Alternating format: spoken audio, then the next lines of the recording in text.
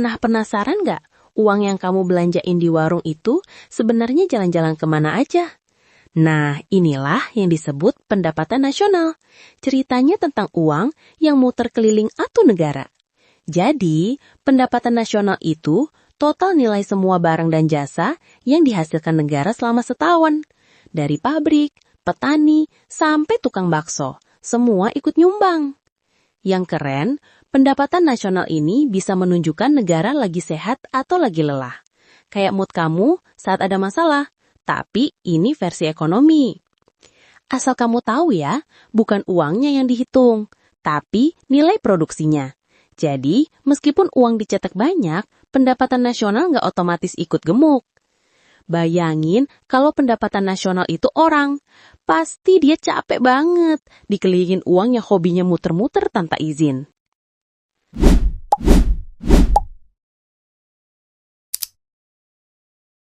Assalamualaikum warahmatullahi wabarakatuh. Halo semuanya, bagaimana kabarnya? Semoga kalian semua selalu dalam keadaan sehat ya. Baik, pada pertemuan kali ini kita memasuki materi bab 3 kelas 11 yaitu menghitung pendapatan nasional menggunakan metode pengeluaran. Ada yang masih ingat apa itu pendapatan nasional?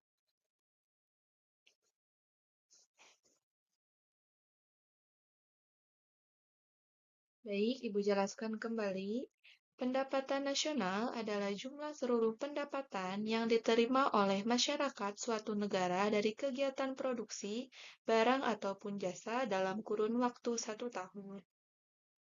Dengan kata lain, pendapatan nasional menjumlahkan pendapatan yang diterima oleh seluruh masyarakat sebagai hasil dari kegiatan produksi seperti upah, sewa, bunga, ataupun keuntungan.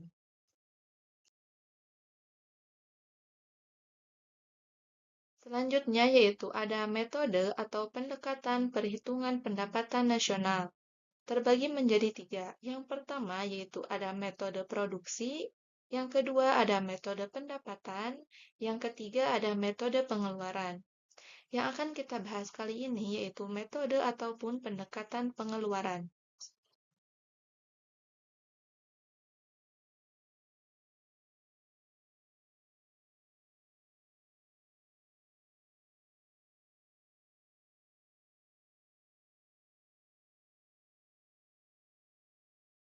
Pendekatan pengeluaran merupakan menghitung pendapatan nasional dengan cara menjumlahkan seluruh pengeluaran yang dilakukan oleh berbagai pelaku ekonomi untuk membeli barang dan jasa akhir. Biasanya dihitung pada periode 1 tahun. Contohnya, dalam konsumsi, biasanya masyarakat membeli kebutuhan sehari-hari seperti membeli pakaian, beras, sepatu, dan juga makanan. Sedangkan contoh pengeluaran pemerintah yaitu seperti membangun jalan, rumah sakit, dan lain sebagainya.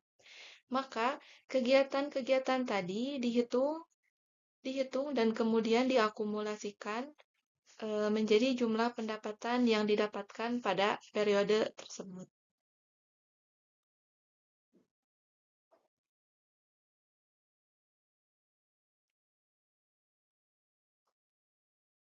Selanjutnya yaitu ada tujuan dari pendapatan nasional, yaitu satu untuk mengetahui kemakmuran suatu negara.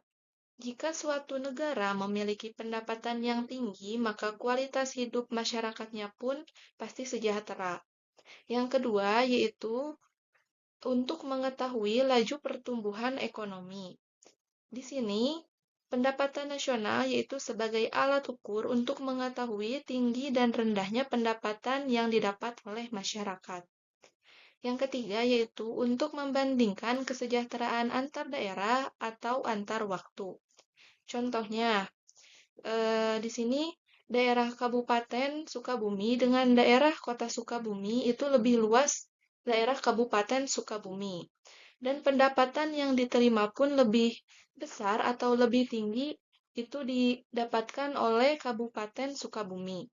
Maka tidak heran dan tidak sedikit pula masyarakat dari Kota Sukabumi itu bekerja di Kabupaten Sukabumi.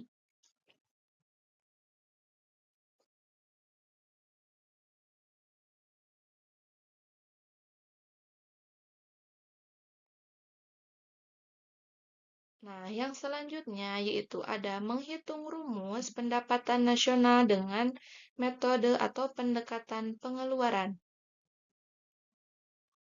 Rumusnya yaitu ada Y sama dengan C ditambah I ditambah G ditambah X dan dikurangi M. Di sini Y itu sama dengan pendapatan nasional, sedangkan C itu untuk konsumsi, dan I yaitu untuk investasi, G-nya untuk pengeluaran pemerintah, X-nya untuk ekspor, dan M-nya untuk impor.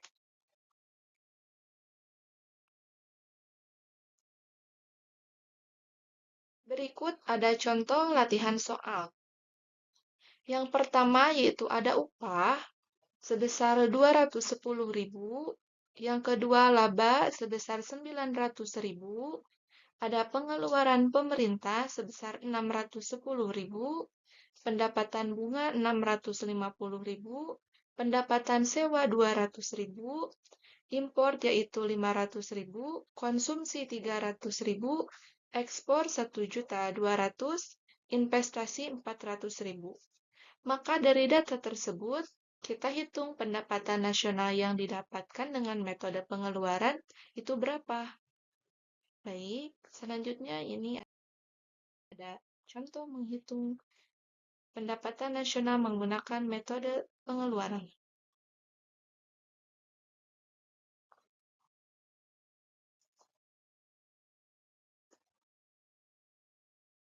Yang tadi, Y rumusnya sama dengan C ditambah I ditambah G ditambah X dan dikurangi M. C itu sama dengan konsumsi. Kita lihat di sini konsumsi berapa? Konsumsi tadi yaitu 300.000. Maka kita tulis 300.000. Kemudian I, investasi. Investasi di sini yaitu berjumlah 400.000. Kemudian ditambah G. G itu apa? Pengeluaran pemerintah sebesar 610.000.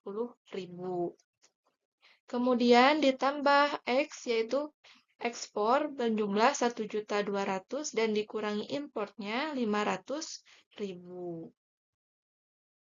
Kita jumlahkan dulu. 300 ditambah 400 itu sama dengan 700.000. 700.000 ditambah 650 itu sama dengan 1.310.000. Dan 1.200.000 dikurangi 500 itu sama dengan 700.000.